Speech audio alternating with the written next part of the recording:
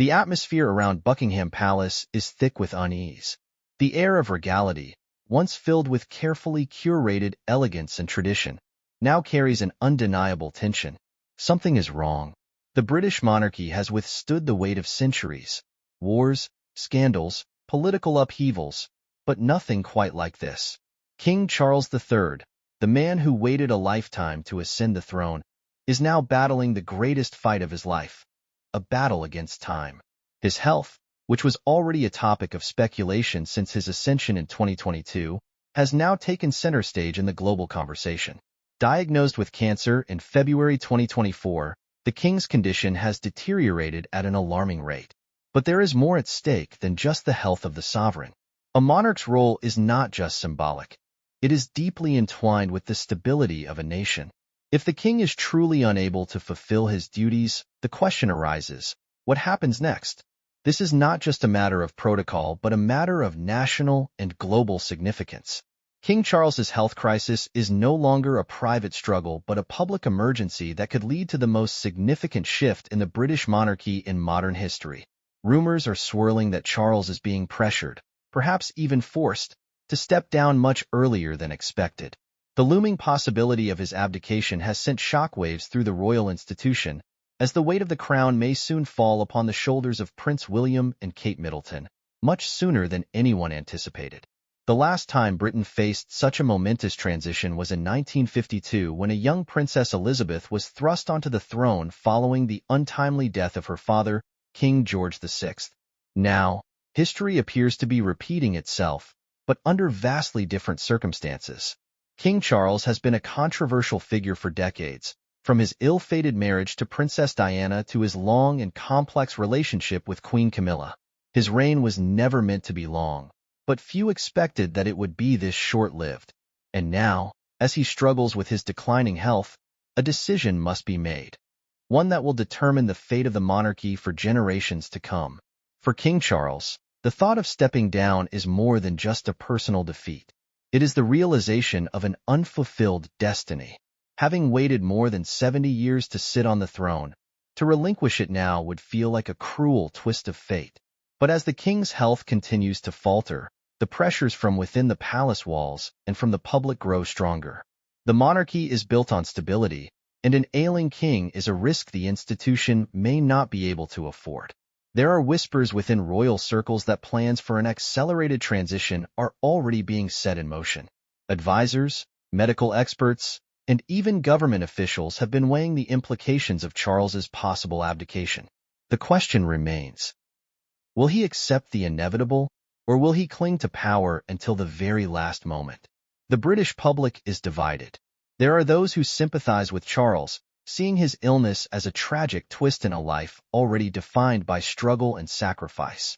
Others, however, believe it is time for fresh leadership, a modernized monarchy that can truly connect with the people of today. The monarchy has faced declining support in recent years, especially among younger generations. Prince William and Kate Middleton represent a new era, a bridge between tradition and progress. Their popularity, particularly among the youth, could breathe new life into the monarchy. But the transition will not be simple. A rushed coronation, unexpected changes in leadership, and the uncertainty of Charles's condition all create an atmosphere of unpredictability. And then there is the question of Prince Harry and Meghan Markle. Would King Charles's abdication open the door for reconciliation, or would it widen the divide between the brothers? Harry has been vocal about his grievances with the royal institution, but he is still the son of a dying king. Could this crisis bring him back into the fold, or will it drive him further away? The impact of this transition will extend beyond the United Kingdom. It will send ripples across the world. Leaders, diplomats, and political analysts are closely watching this situation unfold, understanding that the stability of the British monarchy has long-standing global implications. For now, Charles remains king, but for how much longer? That is the question looming over Buckingham Palace, the government, and the people. The next steps will be critical, and every decision made from this moment forward will shape the future of the monarchy. As the public awaits an official announcement, one thing is clear. This is not just a period of uncertainty. This is a moment in history that will be remembered for generations to come. The severity of King Charles's condition is no longer a matter of speculation. It is a crisis unfolding in real time. Since Buckingham Palace first announced his cancer diagnosis in February 2024, there has been a gradual but undeniable shift in how the royal family operates. At first, the palace attempted to reassure the public, stating that the king was undergoing treatment and continuing his royal duties in a limited capacity.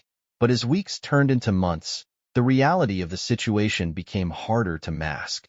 King Charles had always been a man of discipline and routine. Even before his ascension, he maintained a rigorous schedule, balancing royal engagements, environmental activism, and the responsibilities that came with being the longest-serving heir apparent in British history. But now, that routine has been disrupted. His public appearances have become infrequent, carefully managed, and noticeably shorter. On the rare occasions he does appear, the differences are striking. His posture is weaker, his once vibrant demeanor is subdued, and his signature voice, once filled with authority and presence, now carries the weight of fatigue. Medical experts have weighed in, analyzing the king's visible decline from afar. While the palace has remained tight-lipped about the specific type of cancer he is battling, speculation among oncologists and royal watchers suggests it may be a particularly aggressive form. The fact that his condition has worsened so rapidly raises questions about whether treatment options are even proving effective. Some sources claim the king has been undergoing chemotherapy, a grueling and often debilitating process. If that is true, the toll on his body would be immense. Chemotherapy not only weakens the immune system but also causes extreme fatigue, nausea, and significant weight loss. The king's visibly thinner frame and increasing frailty support the idea that his battle is intensifying behind the scenes. For a monarch, illness is not just a personal struggle. It is a matter of national and even global concern. The British monarchy, though largely symbolic in its political power, serves as a pillar of stability. A sick king raises difficult questions about governance, the line of succession, and the future of the institution itself. This is why, historically, the health of a reigning monarch has often been shrouded in secrecy. In past centuries, the public would only learn of a king's death after the fact, sometimes days or even weeks later. Today, in the era of instant news and social media, that level of secrecy is impossible. Yet, even with the increased scrutiny, Buckingham Palace has maintained its tradition of controlled messaging. Official statements remain vague, offering carefully crafted phrases like, "The king is in good spirits," or "His Majesty continues to receive treatment under the guidance of his doctors." But these reassurances do little to silence the growing concerns from royal insiders, political figures, and the public alike. Behind closed doors, the reality is far more dire. Sources from within the royal household describe an environment of heightened urgency. Meetings with top royal aides, government officials, and even medical advisors have become more frequent. Discussions about contingency plans, emergency procedures, and potential succession timelines are taking place at the highest levels. Perhaps the most telling sign that the situation is serious is the increased presence of Prince William. While the Prince of Wales has always been involved in royal duties, his role has expanded significantly in recent weeks. He has stepped in to represent the king at major events, taken on additional responsibilities, and even held private meetings with senior government officials, something that typically falls within the king's domain. These moves suggest that the palace is quietly preparing for an inevitable transition. The British public, though deeply respectful of the monarchy, is not blind to the situation. People have started noticing inconsistencies in the king's schedule. Engagements are being cancelled at the last minute, appearances are becoming shorter, and when Charles does address the public, his words seem carefully chosen, as if he knows his time is limited. Royal historians have pointed out that this is not the first time Britain has faced a health crisis with its monarch. King George VI, Queen Elizabeth II's father, also suffered from declining health while still on the throne. His death in 1952 was sudden to the public, but behind palace walls, his condition had been known for months. The difference now is that modern media does not allow for such secrecy. The public is watching closely, and the pressure on the monarchy to provide transparency has never been greater. For the king himself, this must be an excruciatingly difficult time. To rule a nation while battling a life-threatening illness is a burden few can truly understand. The weight of duty, expectation, and personal suffering must be overwhelming. Yet, the reality remains, time is not on his side. His condition is worsening, and soon, decisions will have to be made that will alter the course of history. The growing concern is not just about his ability to fulfill his role, but about whether the monarchy can afford to wait. If the king's condition continues to decline at its current rate, Britain may find itself in a position where a monarch is too ill to rule but refuses to step down. This is the scenario that government officials and palace advisors are most worried about. There are already whispers within Parliament that discussions about constitutional measures are taking place. The UK's political system is structured in a way that allows for a regency in extreme circumstances. The Regency Act of 1937 outlines a process in which a regent, usually the next in line to the throne, can assume power if the reigning monarch is incapacitated. This means that, in theory, Prince William could take on the king's responsibilities even before Charles officially abdicates. However, this would be an unprecedented move in modern times, and one that would surely spark controversy. There are those within royal circles who believe that Charles should consider stepping down voluntarily, much like Queen Margrethe II of Denmark did in early 2024 when she passed the throne to her son, King Frederick X. A peaceful, carefully planned transition would allow for stability and ensure the monarchy continues without uncertainty. But Charles has waited his entire life for this role. Stepping down now would mean giving up the very thing he has spent decades preparing for. As the crisis unfolds, the world is watching. International leaders, diplomats, and Commonwealth nations are all paying close attention to what happens next. The British monarchy is not just a national institution, it is a global symbol. If Charles's health continues to decline, the transition of power will not just be a domestic event, it will send shockwaves across the world. For now, Buckingham Palace remains silent on the matter, but the truth is becoming harder to ignore. King Charles is not just fighting an illness. He is fighting against time, against expectations, and against the looming reality that his reign may be coming to an end far sooner than he ever anticipated. The next few weeks could be crucial, and every decision made from this moment forward will shape the future of the British monarchy. As King Charles's health continues to deteriorate, the whispers within Buckingham Palace have turned into urgent discussions. The British monarchy is built on continuity, stability, and the perception of strength. But with a visibly ailing king, the question of abdication is becoming harder to ignore. Historically, British monarchs do not step down voluntarily, with only one major exception, King Edward VIII, whose abdication in 1936 sent shockwaves through the country. However, Charles's situation is vastly different. His potential abdication would not stem from personal scandal or controversy, but from a deteriorating medical condition that leaves him unable to effectively rule. The pressure for Charles to step aside is not just coming from within the royal family, but from multiple factions, government officials, royal advisors, and even members of the public who are growing concerned about the impact of having an incapacitated monarch.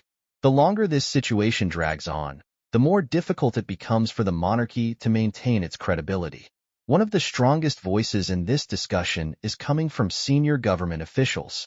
While the monarchy is largely symbolic in modern Britain, the king still holds significant constitutional duties, including the formal approval of legislation and representing the nation on an international scale.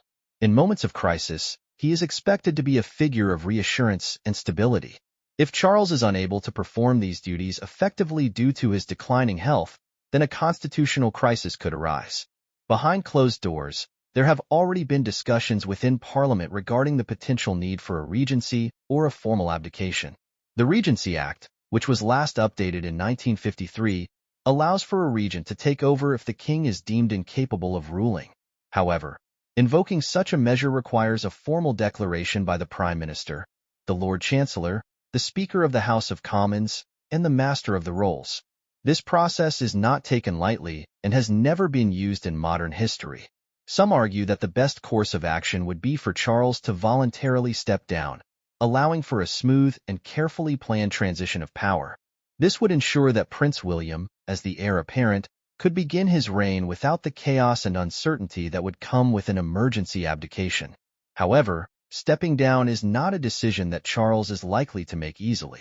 He has spent his entire life preparing for this role, and after waiting for decades to take the throne, the thought of relinquishing it so soon must be devastating.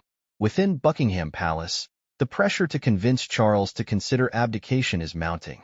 Key figures, including senior courtiers and members of the royal household, have reportedly been involved in discreet conversations about the potential next steps.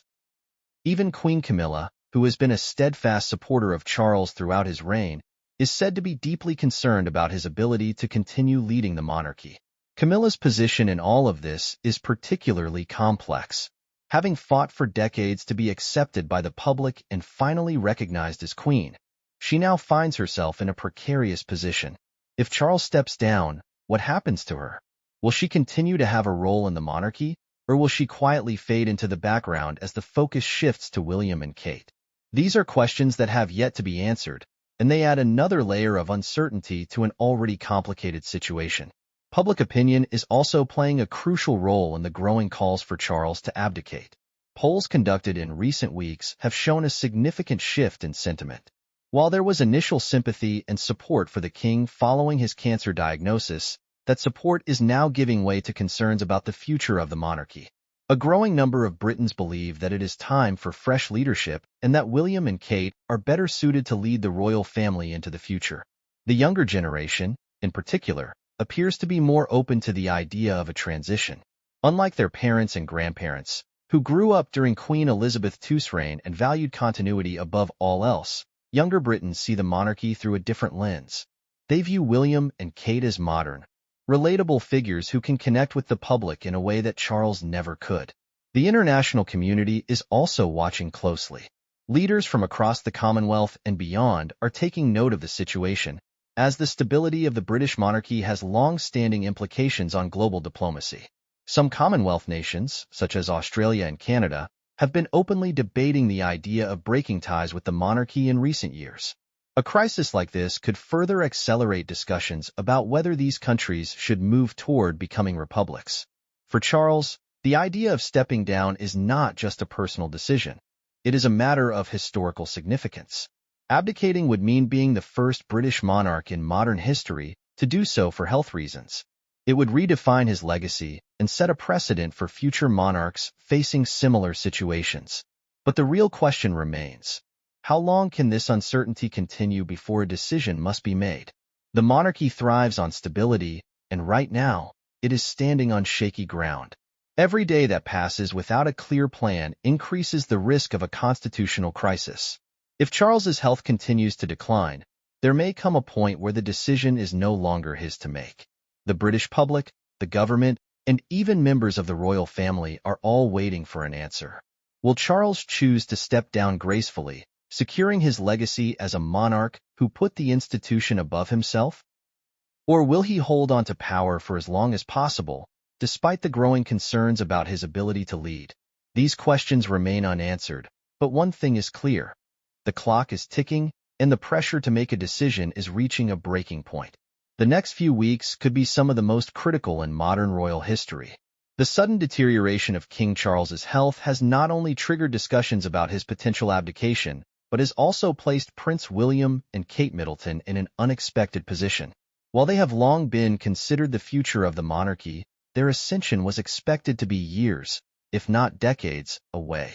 Now, with the growing likelihood of Charles stepping down much sooner than anticipated, the Prince and Princess of Wales find themselves at the center of a transition they had not fully prepared for. For years, William and Kate have played a carefully balanced role within the royal family. As senior royals, they have undertaken official duties, represented the crown on international tours, and engaged with the public through charitable initiatives.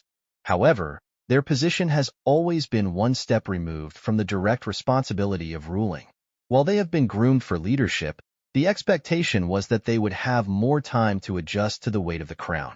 That time may no longer be a luxury they can afford. Within Buckingham Palace, discussions about their readiness have intensified. Courtiers and royal advisors are well aware that any transition must be handled with precision to maintain stability. Unlike Charles, who spent his entire life waiting to become king, William has had far less time to mentally and emotionally prepare for the role. The question is not just whether he is ready, but whether he wants to take on the responsibility this early. William has always been deeply aware of the burden that comes with being heir to the throne. As a child, he witnessed firsthand the pressures that consumed his mother, Princess Diana. He has spoken openly about the emotional toll royal life can take and has made conscious efforts to shield his own children from the harshest aspects of public scrutiny. However, duty is not something he has ever taken lightly. If his father is truly unable to continue, stepping up is not a choice but an obligation. Kate Middleton, on the other hand, faces a different kind of challenge. While she has been a popular and well-respected member of the royal family, stepping into the role of queen consort much sooner than expected comes with its own set of pressures. The British public adores her, but with that admiration comes high expectations. Every move she makes, every decision she takes, will be scrutinized under an even more intense microscope. One of the biggest concerns among royal insiders is how the transition will be received by the British people. While William and Kate have enjoyed widespread support, their sudden rise to the throne could be met with mixed reactions. There will be those who see it as a necessary step for the survival of the monarchy, but others may question whether they are truly prepared for such an immense responsibility. Another critical factor in this transition is the role of Prince Harry and Meghan Markle. Their departure from royal duties in 2020 created a significant divide within the royal family, one that has only deepened over the years. If Charles abdicates, it will inevitably raise questions about Harry's position. Will he be welcomed back into the fold, or will the divide remain permanent? Some speculate that a new reign under William and Kate could present an opportunity for reconciliation, while others believe the wounds between the brothers run too deep. Outside of family dynamics, William's ascension would also have significant political and global implications. As the new head of state, he would be expected to establish his own relationships with world leaders, navigate diplomatic challenges, and redefine Britain's role on the global stage. Unlike his father, who spent decades preparing for these responsibilities, William would be thrust into them almost overnight. The economic impact of this transition also cannot be ignored. The monarchy plays a crucial role in the British economy, particularly in tourism and public interest. A sudden change in leadership would bring about shifts in public perception, potentially influencing everything from royal merchandise sales to major national events. The coronation of a new king and queen consort would be a historic moment, drawing global attention and significant financial investment. There is also the matter of how the Commonwealth will react. Many member nations have been re-evaluating their ties to the British monarchy in recent years. Countries like Australia, Canada, and Jamaica have openly discussed the possibility of breaking away from the monarchy and becoming republics. A transition from Charles to William could either reinforce their commitment or accelerate their departure. The younger generation of Commonwealth citizens may feel more connected to William and Kate, but whether that is enough to maintain the institution's relevance remains to be seen. Behind the scenes, William and Kate are reportedly engaged in serious discussions about what their reign would look like. They have been meeting with senior advisors, strategists, and even close family members to map out potential next steps. While they have always known that this day would come, they had expected more time to ease into the responsibilities. Now, they must make difficult decisions far sooner than they ever anticipated. One of the most pressing questions they face is how to balance tradition with modernization. The British monarchy is steeped in history, but the world has changed dramatically in recent years. Younger generations are far less invested in the monarchy than their parents and grandparents were. If William and Kate hope to maintain public support, they will need to embrace a more modern and transparent approach.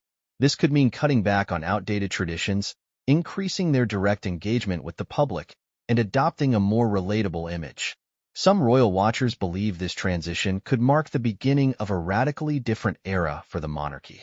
William has expressed his belief that the royal family should be more accessible and less formal.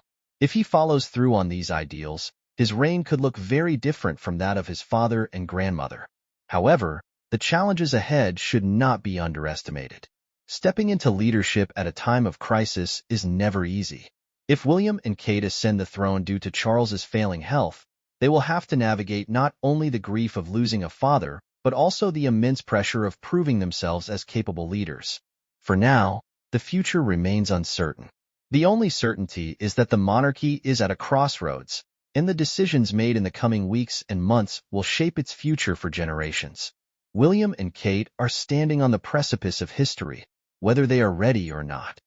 The political implications of King Charles's deteriorating health and the looming possibility of his abdication extend far beyond the walls of Buckingham Palace. While the monarchy is primarily a symbolic institution, its stability is crucial to the functioning of the British government and the overall perception of the United Kingdom on the global stage.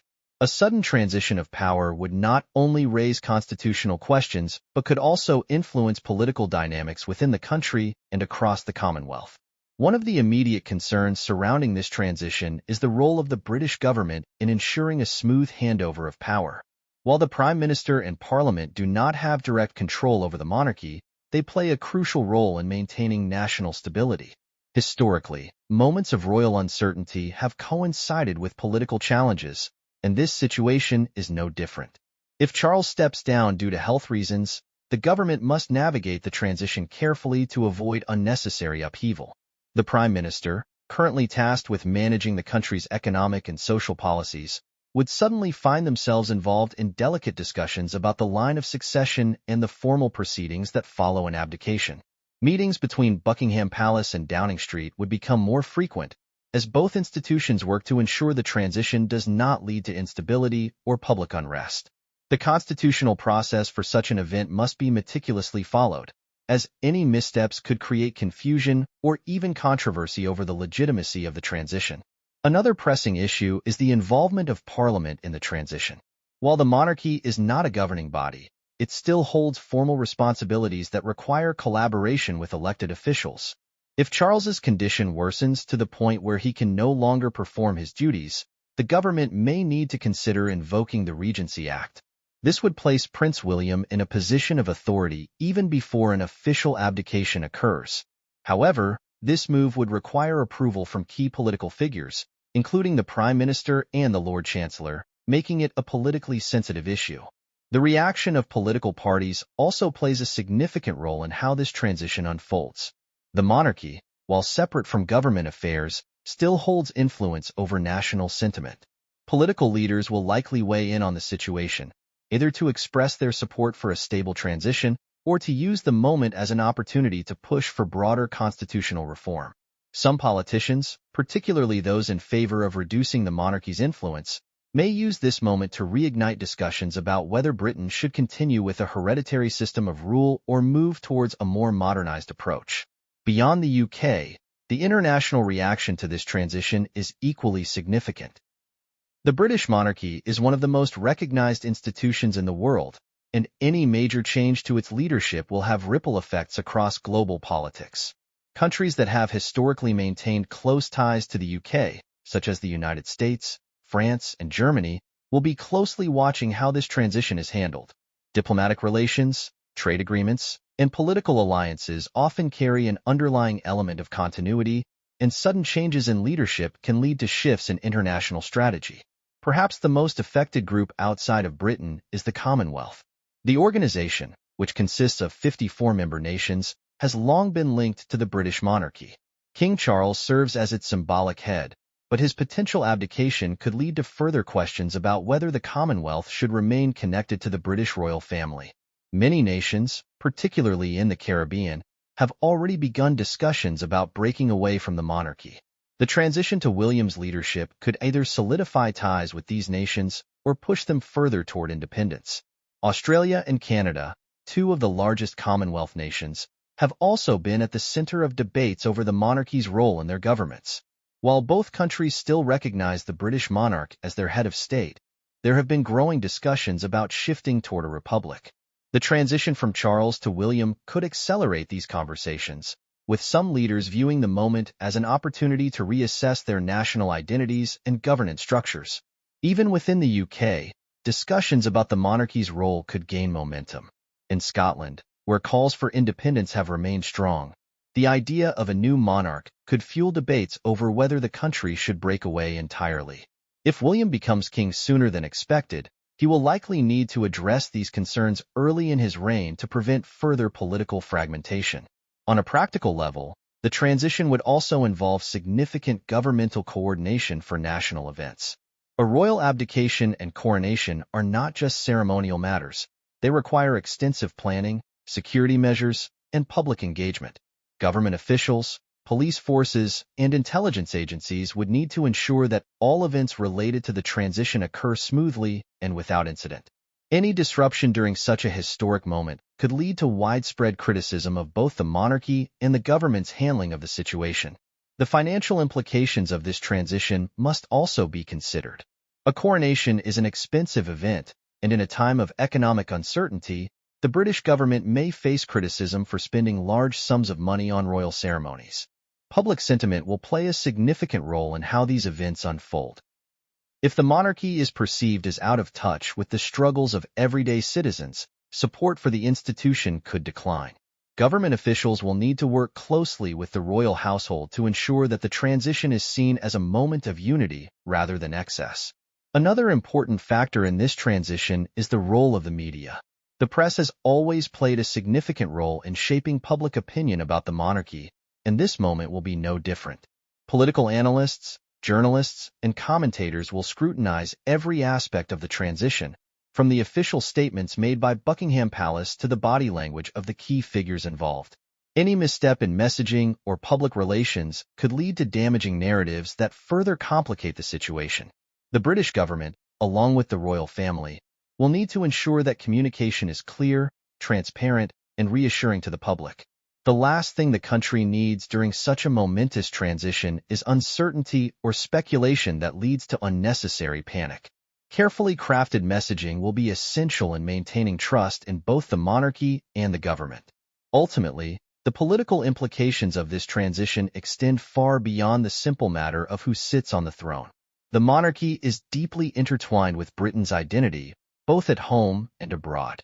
A sudden change in leadership carries risks, but it also presents opportunities for renewal. If handled correctly, this transition could mark the beginning of a new era for the monarchy, one that embraces modernity while maintaining the traditions that have kept it standing for centuries. However, the challenge lies in ensuring that this process unfolds smoothly. Any miscalculations, delays, or missteps could lead to political instability and increased calls for reform. Government officials, royal advisors, and the monarchy itself must tread carefully in the coming weeks, as every decision made during this period will have long-lasting consequences. For now, the country waits.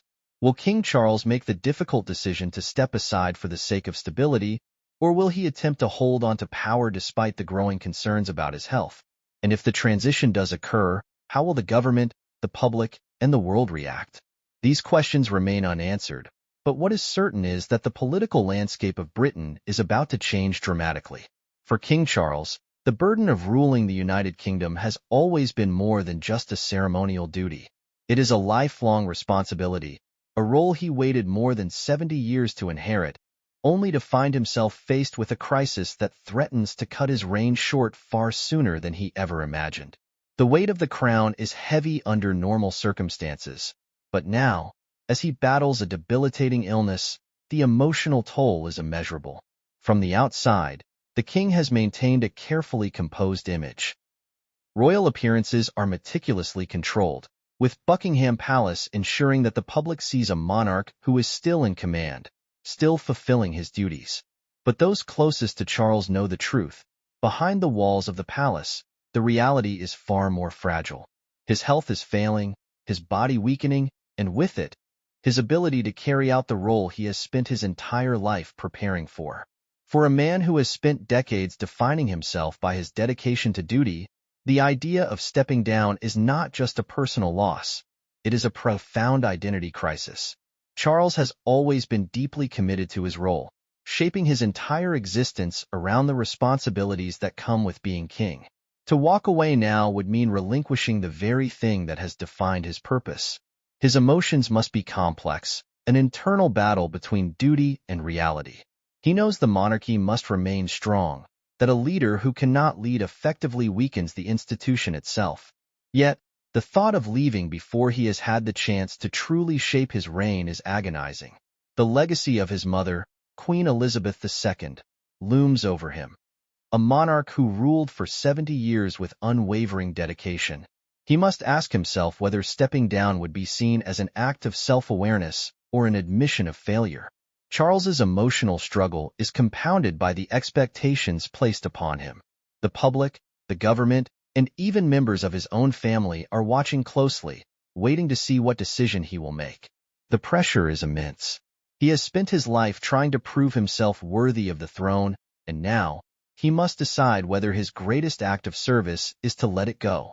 His closest confidants have reportedly seen a shift in his demeanor. Those who have worked with him for years describe a man who is more introspective, more aware of his own limitations. There are moments when he appears to accept what is coming, speaking of the future in ways that suggest he understands his time is limited. But there are also moments of defiance, where his deep sense of duty refuses to let him consider stepping down without a fight. One of the hardest aspects of this situation for Charles is the emotional impact on his family. His wife, Queen Camilla, has been his steadfast companion, standing by him through years of public scrutiny, scandal, and now, illness. Camilla's role in all of this is uniquely complicated. She has spent years working to earn public acceptance, finally securing her place as queen alongside her husband. But if Charles steps down, her status will inevitably change. She would no longer be the queen consort of a reigning monarch, but rather the wife of a former king, a shift that would alter her role in the royal family. Then there is Prince William, the son who stands to inherit the throne much sooner than expected. Their relationship has always been one of deep mutual respect, but the unspoken reality of this transition adds an unavoidable tension. Charles must grapple with the knowledge that his son will soon take over, not because of a natural passage of time, but because of circumstances beyond their control. Does he feel a sense of pride in William's readiness, or does he feel sadness that his own reign is slipping away before he has had the chance to make a lasting impact? And what of Prince Harry? The strained relationship between Charles and his younger son has been one of the most widely discussed aspects of modern royal life. In times of crisis, families often come together, but the wounds between Harry and the rest of the royal family run deep. Would Charles's failing health be the bridge that brings them closer again, or would it only deepen the divide? For a father, the emotional toll of knowing his family is fractured while he is facing his own mortality must be unbearable. Beyond the family dynamics, there is also the personal toll of facing a public decline. Unlike an ordinary individual battling illness in private, Charles must do so under the constant scrutiny of the media, the public, and the global stage. Every appearance is analyzed, every gesture dissected for signs of deterioration. The loss of privacy, the inability to process his condition away from the spotlight, must be exhausting. The psychological weight of this moment cannot be underestimated. Charles has spent his life preparing to be king, but no amount of preparation could have readied him for this. The emotional conflict of wanting to serve, but knowing he may no longer be able to must be relentless. He is aware that history will judge him not just for how he ruled, but for how he handled this moment of crisis. At night, when the palace halls grow quiet and the pressures of the day subside, Charles must find himself alone with his thoughts. The enormity of the decision ahead of him must weigh heavily on his mind. Does he stay on the throne, fighting through his illness for as long as possible? Or does he make the ultimate sacrifice for the good of the monarchy? It is a decision that only he can make, but one that will define his legacy forever. For now, the king remains silent on the matter. The public awaits an answer, but inside Buckingham Palace, the emotional struggle continues. Charles is not just fighting cancer. He is fighting the realization that his time as king may be ending far sooner than he ever imagined. And that, perhaps, is the hardest battle of all. The weight of the decision King Charles must make hangs over Buckingham Palace like a storm cloud that refuses to break. Every monarch faces challenges, but few have had to confront the reality of their own mortality while on the throne. The choice before him is not one he ever imagined would come so soon.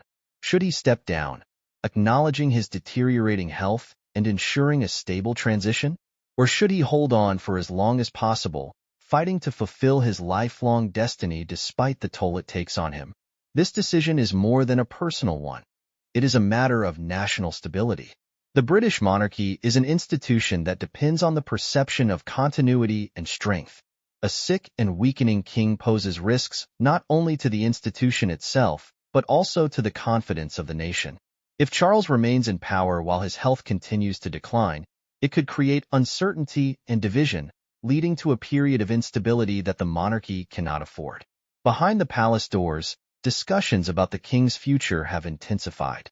Senior advisors, political figures, and close family members are all weighing in, though ultimately, the choice is his alone. Some argue that stepping down now, while he still has some control over the transition, would allow for a smooth and dignified handover of power. Others believe that holding on, even in a limited capacity, is essential for maintaining the monarchy's traditional role. In these private meetings, different options are being considered. One possibility is a regency, in which Prince William would take over many of the king's duties while Charles remains monarch in title. This would be similar to what happened with King George III in the early 19th century when his mental illness left him unable to rule, and his son, the future King George IV, governed in his place. However, such a move would require formal approval through Parliament, making it a politically sensitive decision. Another option is a full abdication, something that has rarely happened in British history. The last and most infamous example was King Edward VIII, who stepped down in 1936 to marry Wallis Simpson, an American divorcee. But unlike Edward, Charles's abdication would not be due to scandal or personal choice. It would be out of necessity. Even so, the idea of a monarch voluntarily relinquishing the throne is a complicated one, as it goes against centuries of tradition in which the sovereign rules until their death. For Charles personally, the idea of abdicating is likely a painful one. He spent over 7 decades preparing for this role, waiting longer than any other heir in British history. He took the throne knowing that his reign would never match the length of his mother's, but he still expected to have enough time to leave his mark. To step aside now would feel like an unfinished chapter, a story that was never fully told. However, the growing reality of his condition makes this a choice that cannot be delayed indefinitely. Recent reports from those close to him suggest that his health is declining at a rate that makes it difficult for him to perform even the most basic royal duties. While he has continued to appear in public when necessary, the frequency of these appearances has decreased significantly. Those who have seen him up close say that he looks weaker, his energy levels visibly lower. Some fear that if he waits too long, he may reach a point where he is too ill to make the decision himself, forcing the government to step in and declare him unfit to rule. The public's reaction to this crisis is another factor weighing on his mind. While there was an initial outpouring of support when his diagnosis was first revealed, sentiment has begun to shift. Polls indicate that a growing number of Britons believe it is time for Charles to pass the crown to William. Many see William and Kate as the future of the monarchy, a new generation that can modernize the institution and connect with the people in ways Charles never could. If Charles were to step down, it would not be viewed as a sign of weakness by all. Some royal historians believe that an abdication done for the right reasons, one rooted in health concerns and the good of the nation, could actually strengthen the monarchy. It would show that the institution is adaptable, capable of evolving with the times, rather than rigidly holding onto outdated traditions. In contrast, refusing to step down despite worsening health could make the monarchy appear outdated and out of touch with reality. Among those urging Charles to make a decision is Queen Camilla. She has been his strongest supporter, but even she understands the pressures mounting around them. Camilla has always been fiercely protective of Charles, but those close to the couple say that even she has begun to acknowledge that he may not be able to continue much longer. If he does step down, her role would change dramatically. No longer the queen consort of a reigning monarch, she would likely fade into the background as William and Kate take center stage. For Prince William, this moment is bittersweet. While he has always known he would one day be king, he expected to have years, if not decades, before that reality became his responsibility. Taking the throne under these circumstances is not how he envisioned his ascension. Unlike his grandmother, who stepped up at the age of 25 after the sudden death of King George VI, William has had more time to prepare, but that does not make the responsibility any lighter. The relationship between Charles and William has always been one of mutual respect, but this transition adds an unspoken tension between father and son. William does not want to appear as if he is eager to take over, Yet he also understands the importance of ensuring the monarchy remains strong. If Charles were to remain in power too long while his condition worsens, it could create instability. William's main priority is protecting the institution he will one day inherit, whether that day comes sooner or later. The looming decision also raises questions about how the monarchy will be structured moving forward. If Charles steps down, will William continue all the traditions of past monarchs, or will he usher in an era of modernization? Will he make bold changes, such as reducing the number of working royals or altering the way the monarchy engages with the public? These are questions that will need to be answered quickly if the transition happens unexpectedly. For now, the king remains silent on the matter. No official announcement has been made, but the sense of urgency is growing. Advisors, government officials, and family members are all waiting for a clear answer. Every day that passes without a decision increases the uncertainty surrounding the future of the monarchy. If Charles chooses to step down, it would mark a historic shift in the British royal family, setting a precedent for future monarchs facing similar circumstances. If he chooses to hold on, he risks becoming a figurehead with diminishing authority, his reign overshadowed by concerns about his health. Either way, the decision he makes in the coming weeks will define his legacy and shape the future of the monarchy for generations to come. As the possibility of King Charles stepping down looms closer, preparations for the coronation of Prince William and Kate Middleton are already underway behind the scenes. While nothing has been officially confirmed, the urgency of the situation demands that plans be put in place for an accelerated transition. Unlike previous coronations, which have been meticulously planned over the course of years, this one may need to happen in a matter of months or even weeks. Coronations in the British monarchy are deeply symbolic events, blending religious tradition, national unity, and royal legitimacy. The last coronation, that of Queen Elizabeth II in 1953, was a grand affair that took over a year to prepare. At the time, it was the first coronation to be fully televised, a historic moment that solidified the monarchy's place in the modern world. Now, 70 years later, William and Kate's coronation will have to strike a delicate balance between tradition and the expectations of a 21st century audience. One of the biggest challenges facing the planners is deciding how much of the traditional ceremony should be maintained. William and Kate have often been seen as the modern face of the monarchy, more in touch with younger generations and the changing attitudes of the public. A coronation that is too extravagant could be seen as tone-deaf, particularly during a time when many British citizens are facing economic hardships. However, stripping away too much tradition could weaken the significance of the event, making it feel less momentous. Discussions are already taking place regarding the scale of the ceremony. Unlike Queen Elizabeth's coronation, which lasted more than 3 hours and was attended by over 8,000 guests, William's may be significantly shorter and more streamlined. The guest list will likely be reduced, focusing on key political figures, religious leaders, and foreign dignitaries rather than the aristocracy at large. This would reflect the couple's desire for a more accessible and less elitist image. Another major point of discussion is the role of the Church of England in the ceremony. Traditionally, the coronation takes place at Westminster Abbey, with the Archbishop of Canterbury officiating. William, as the future head of the Church of England, is expected to uphold this tradition, but there may be changes in how the religious aspect is presented. In a country where church attendance has declined significantly over the years, there is speculation that the ceremony may be adjusted to be more inclusive of different faiths, reflecting the diversity of modern Britain.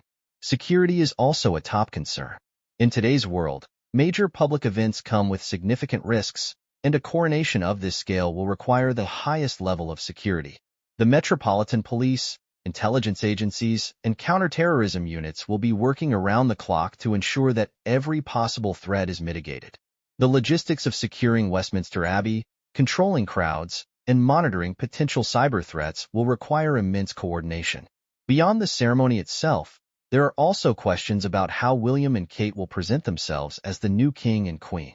They have already shown a preference for a more informal and hands-on approach to royal duties. It is expected that their first speech following the coronation will emphasize unity, modernization, and the monarchy's role in serving the public rather than ruling over it. Unlike past monarchs who maintained a more distant presence, William and Kate are likely to adopt a style of leadership that prioritizes direct engagement with the people. Their coronation will also be a test of public opinion. While they are widely popular, there are segments of the population that question the relevance of the monarchy in the modern era. How they handle the transition and how they present themselves as the new royal couple will shape their public image for years to come. Their ability to connect with both older monarchists and younger, more skeptical citizens will be crucial in maintaining the monarchy's place in British society. The global impact of this transition will also be significant. As soon as William becomes king, messages of congratulations will pour in from world leaders, and he will be expected to establish diplomatic relationships quickly. The coronation will be a global event, watched by millions, and it will serve as William and Kate's introduction to the world in their new roles. They will need to reassure Commonwealth nations, many of which have debated leaving the monarchy, that they are capable of leading with a modern vision. As the final details of the coronation plans come together, the most pressing issue remains the timing. If King Charles's health declines more rapidly than expected, there may be little time to plan a grand event. The royal family may have to adapt quickly, organizing a simpler, more intimate ceremony to ensure the transition happens without disruption. For now, William and Kate continue to carry out their duties, aware that their lives may soon change forever. The weight of responsibility is growing heavier, but their ability to navigate this transition with grace and confidence will determine the future of the British monarchy. The transition from King Charles to Prince William will not only reshape the monarchy within the United Kingdom, but also send ripples across the world. The British monarchy has long been a symbol of continuity and influence beyond its borders, with deep historical ties to the Commonwealth and long-standing relationships with global powers. As King Charles's health declines and the inevitability of a new monarch draws closer, international leaders, diplomatic circles, and even ordinary citizens in various countries are closely watching how this shift will unfold. One of the most significant areas of impact will be on the Commonwealth, a political association of 54 nations that, while largely symbolic, still acknowledges the British monarch as its ceremonial head. This transition presents a moment of reflection for many of these countries, particularly those that have already been considering breaking away from the monarchy. Nations like Australia, Canada, Jamaica, and Barbados have long debated whether they should continue to recognize the British monarch as their head of state or move toward full republicanism. For some Commonwealth nations, Queen Elizabeth II was the primary reason they remained connected to the monarchy. Her 7 decades on the throne built a deep sense of familiarity and respect that many leaders found difficult to challenge while she was alive. However, Charles has not enjoyed the same level of unwavering support, and his relatively short reign may further open the door for countries looking to cut ties.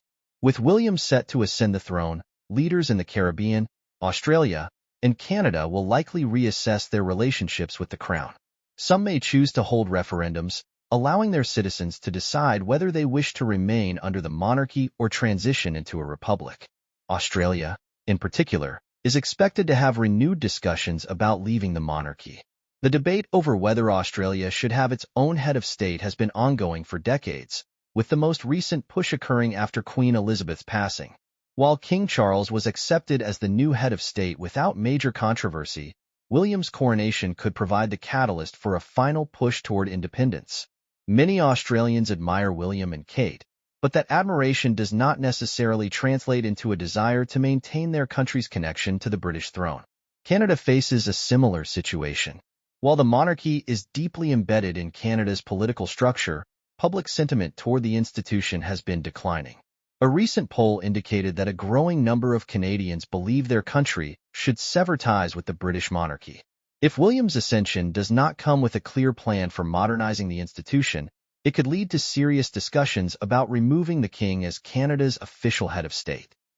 However, such a change would require constitutional amendments, a process that is far from simple. The Caribbean is another region where the transition could accelerate change. Barbados has already become a republic, cutting its ties with the monarchy in 2021.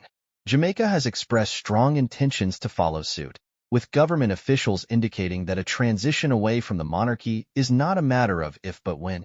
Other Caribbean nations, such as Antigua and Barbuda, St. Lucia, and St. Vincent and the Grenadines, have also discussed the possibility of moving toward republicanism.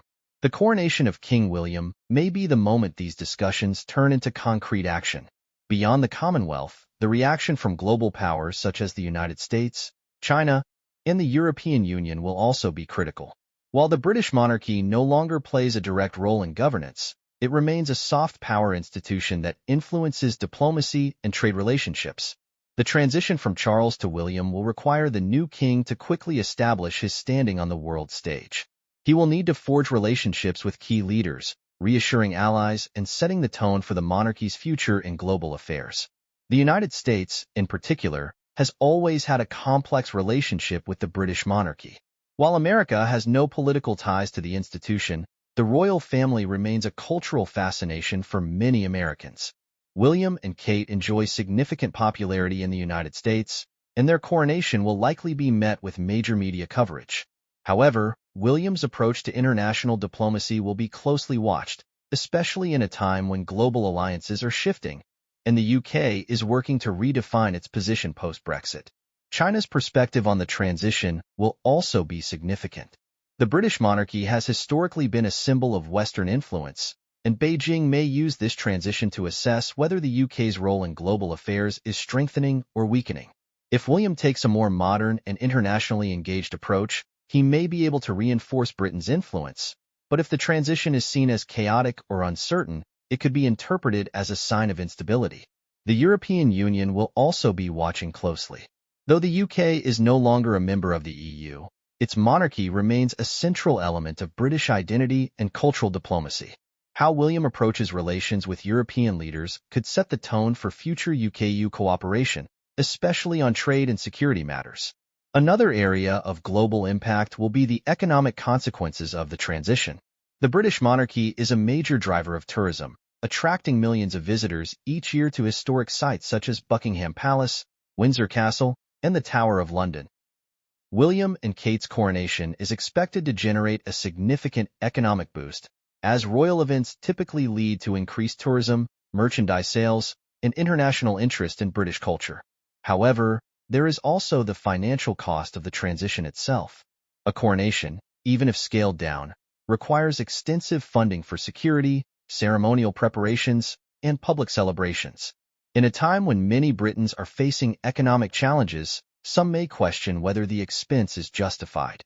If handled poorly, this could lead to backlash against the monarchy, reinforcing arguments that the institution is out of touch with the financial struggles of ordinary citizens.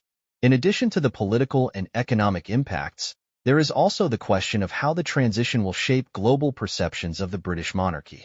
The institution has long been a subject of fascination, but it has also faced growing criticism, particularly regarding its colonial legacy. In recent years, there has been increased scrutiny on the monarchy's historical ties to colonialism and the slave trade. As William steps into the role of king, he will need to address these concerns head-on, potentially issuing statements or initiatives aimed at acknowledging and addressing past injustices. For the monarchy to maintain its influence on the world stage, William and Kate will need to present a vision that resonates with a modern, diverse audience. This means engaging with younger generations, being more transparent in their governance, and making efforts to connect with communities that have historically felt excluded from the royal narrative.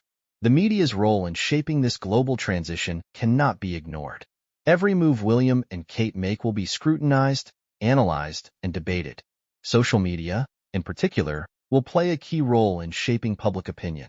Unlike past transitions, where news was controlled by traditional outlets, this coronation will unfold in an era where information spreads instantly and public feedback is immediate. How William and Kate navigate this digital landscape will be crucial in defining their reign. Ultimately, this transition is more than just the passing of a crown.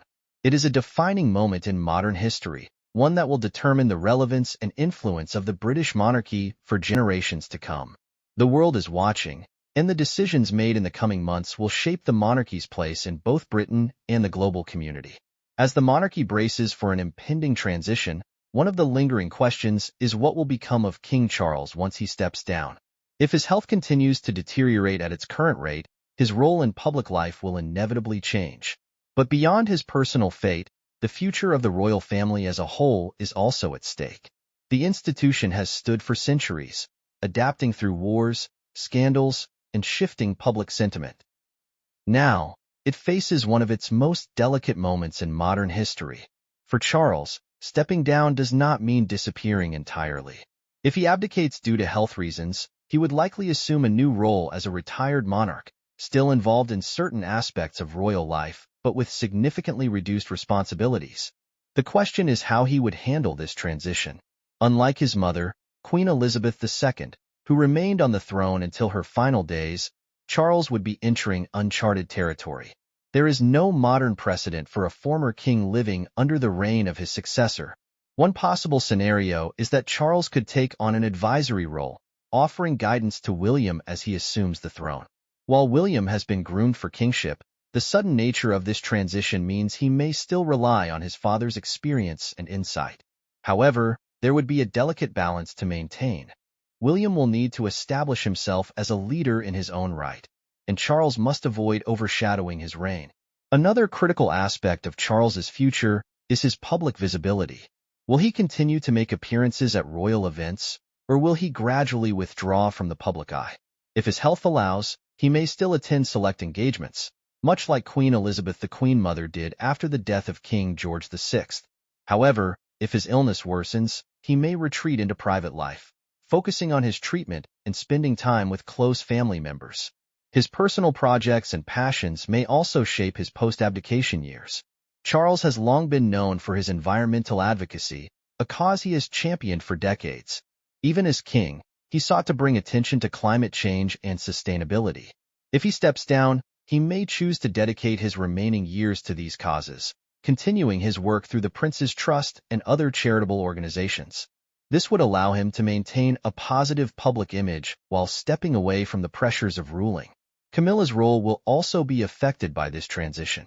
As queen consort, she has taken on an active role in supporting Charles and carrying out royal duties. But if he steps down, what happens to her position? Traditionally, the wife of a former king would no longer hold the title of queen consort. Some believe she may adopt a new title, such as the Queen Dowager, similar to how previous widowed queens have been styled. However, given that Charles is stepping down due to health rather than passing away, her situation is unprecedented. Regardless of her title, Camilla's influence within the royal family will likely diminish as William and Kate take center stage. She may continue her work in literacy advocacy and domestic violence awareness, but her public role will be significantly reduced. Some royal watchers believe she will choose to retreat from public life altogether, focusing instead on supporting Charles privately. The transition will also have lasting effects on the younger members of the royal family. Prince George, Princess Charlotte, and Prince Louis will now grow up with the knowledge that their father is king much earlier than anticipated. This will accelerate their exposure to royal duties and expectations. George, as the direct heir, will likely receive more focused training to prepare him for his future role. The shift in power will also mean that William and Kate will need to carefully balance their roles as parents and monarchs, ensuring their children's upbringing remains as normal as possible while preparing them for their destinies. One of the most complex dynamics in this transition is the role of Prince Harry and Meghan Markle. Ever since their departure from royal duties in 2020, their relationship with the monarchy has been fraught with tension. If Charles steps down, it could create an opportunity for reconciliation, or it could further deepen the divide. William, as the new king, may have to decide how to handle his brother's position within the family. There are those who believe that this transition could open the door for Harry to re-establish some form of royal connection, even if not as a working royal. Others argue that the divide is too wide to bridge, and that Harry and Meghan's decision to step away from royal life means there is no path back. Regardless, the shift in leadership will force new discussions about their status within the family, especially regarding their children, Archie and Lilibet, and whether they will ever take on any formal royal roles. Beyond the internal family dynamics, the monarchy as an institution will have to adapt to this unexpected transition. William has already indicated that he favors a more streamlined royal family, with fewer working royals and a greater emphasis on efficiency. If Charles steps down, this plan may be accelerated. Certain lesser-known royals who have traditionally received funding from the sovereign grant may find their roles reduced or eliminated altogether. This transition also comes at a time when public perception of the monarchy is evolving. Younger generations, in particular, have expressed growing indifference toward the royal family. For William and Kate, the challenge will be to make the monarchy feel relevant to a modern audience. This may require changes in how the royal family communicates with the public, potentially increasing their presence on digital platforms and engaging more directly with societal issues. The transition will also raise questions about the monarchy's long-term future. While William and Kate enjoy high levels of popularity, the broader institution is facing increasing scrutiny. The decision Charles makes now, and how William handles his early years as king, will determine whether the monarchy strengthens or continues to decline in relevance. One potential advantage William and Kate have is their relatability. They have consistently been seen as more approachable and down-to-earth than previous generations of royals. If they can maintain that image while taking on their new roles, they may be able to sustain public support and modernize the institution. However, the pressures of kingship are immense, and how they handle their early reign will set the tone for the monarchy's future. As the days pass and Charles's health remains uncertain, one thing is clear. The British royal family is at a turning point. The decisions made now will shape not just the reign of the next king, but the entire future of the monarchy. Whether this transition leads to renewal or further questions about the institution's survival remains to be seen.